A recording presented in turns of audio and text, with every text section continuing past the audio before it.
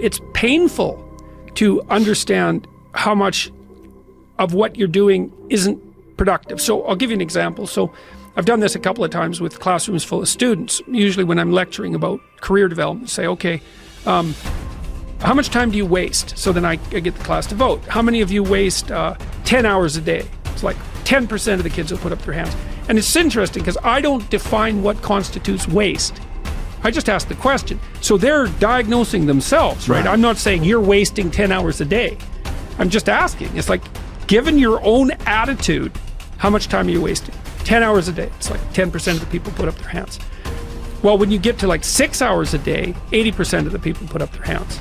So then we do the arithmetic. It's like, because I like doing arithmetic with people. People hate arithmetic, but I like doing it. It's like, okay, 6 hours a day. It's 42 hours a week. So let's call that a work week, 40 hours a week. So that's a work week. Let's say, what's your time worth? You're a university student. Well, it's certainly worth minimum wage, because obviously, but it's worth way more than that, because if you spend a productive hour when you're 20, then you gain the benefits of that hour for the rest of your life. So there's the compounding effect of time spent when we were young.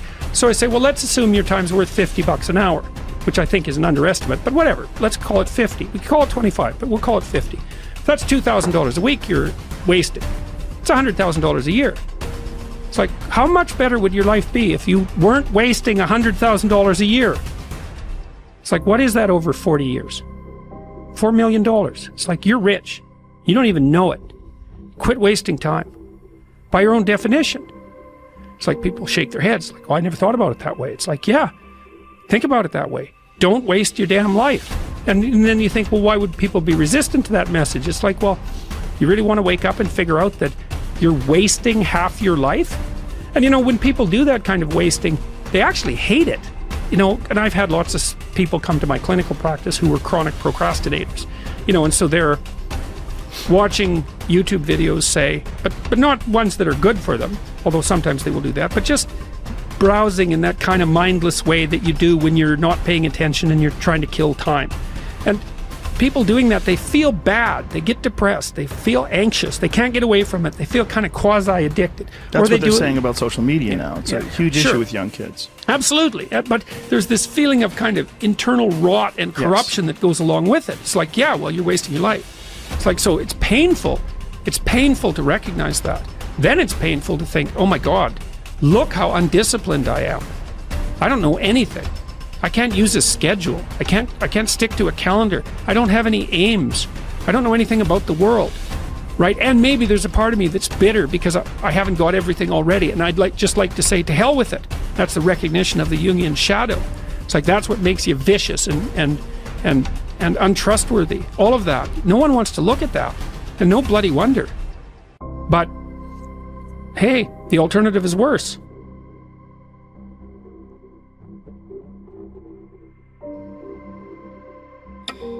I hate it when I see young people wasting their time, wasting all this technology got, just sitting around in this world that's been created for you, that everything is instant. You all have stuff at your fingertips that can make you great. But if you could combine your technology with your parents and your grandparents' work ethic, you could be rich, man. But you cannot erase the work ethic part. There is no getting around. Ain't no elevator to the top. You got to take the stairs. The elevator don't go to the top, man. Not in the world of success. You gotta take the stairs. Y'all gotta start getting gritty, man. You gotta develop some dog in you. Most of this generation quits the second they get talked to. You did this wrong, or they get yelled at. It's so easy to be great nowadays because everybody else is, most people are weak. This is a softened generation. So if you have any mental toughness, any ability, if you have any fraction of self-discipline, the ability to not want to do it but still do it. Play the long game. Aim for legendary. Say, I want to have the guts and the grit and the acumen and the mindset and the capability and the commitment to create enduring success.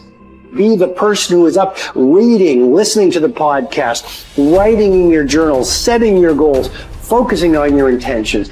As you become more successful, become more humble. As you become more successful, work even harder. As you become more successful, care even more about your product. As you become more successful, learn even more.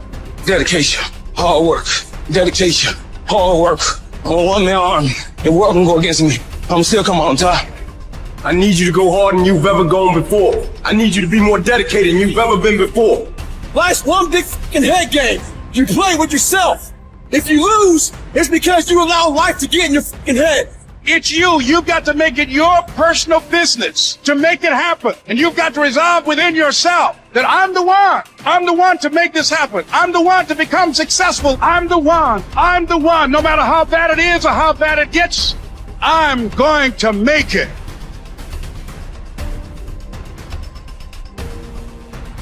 I must say a word about fear. It is life's only true opponent. Only fear can defeat life. It is a clever, treacherous adversary, how well I know. It has no decency, respects no law or convention, shows no mercy. It goes for your weakest spot, which it finds with unnerving ease. It begins in your mind, always, so you must fight hard to express it. You must fight hard to shine the light of words upon it. Because if you don't, if your fear becomes a wordless darkness that you avoid, perhaps even manage to forget, you open yourself to further attacks of fear because you never truly fought the opponent who defeated you. What man actually needs is not a tensionless state, but rather the striving and struggling for a worthwhile goal, a freely chosen task. What he needs is not the discharge of tension at any cost, but the call of a potential meaning waiting to be fulfilled by him.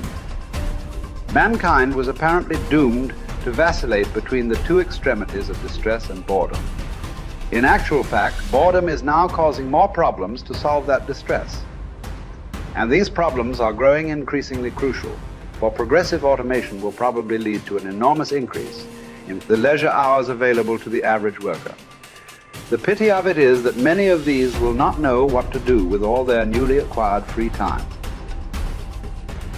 Life is not primarily a quest for pleasure, as Freud believed, or a quest for power, as Alfred Adler taught, but a quest for meaning. The greatest task for any person is to find meaning in his or her life. Frankl saw three possible sources for meaning: in work, doing something significant; in love, caring for another person; and in courage during difficult times.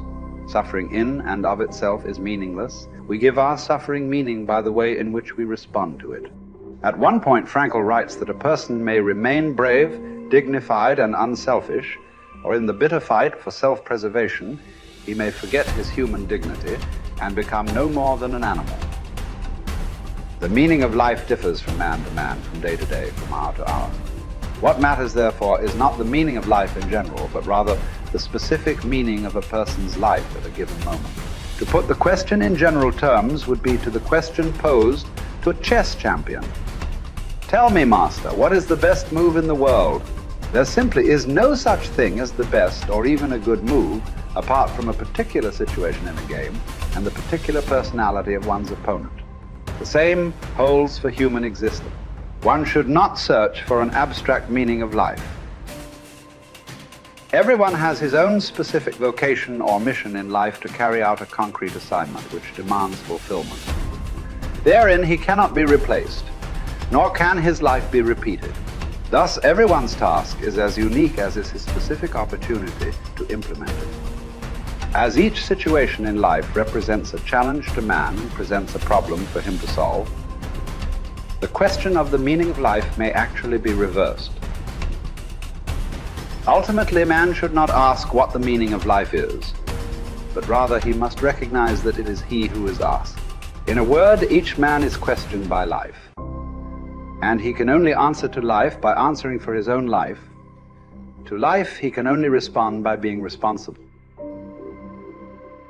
The way in which a man accepts his fate and all the suffering it entails, the way in which he takes up his cross, gives him ample opportunity, even under the most difficult circumstances, to add a deeper meaning to his life, it may remain brave, dignified, and unselfish. Or in the bitter fight for self-preservation, he may forget his human dignity and become no more than an animal. Here lies the chance for a man either to make use of or forgo the opportunities of attaining the moral values that a difficult situation may afford him. And this decides whether he is worthy of his sufferings or not.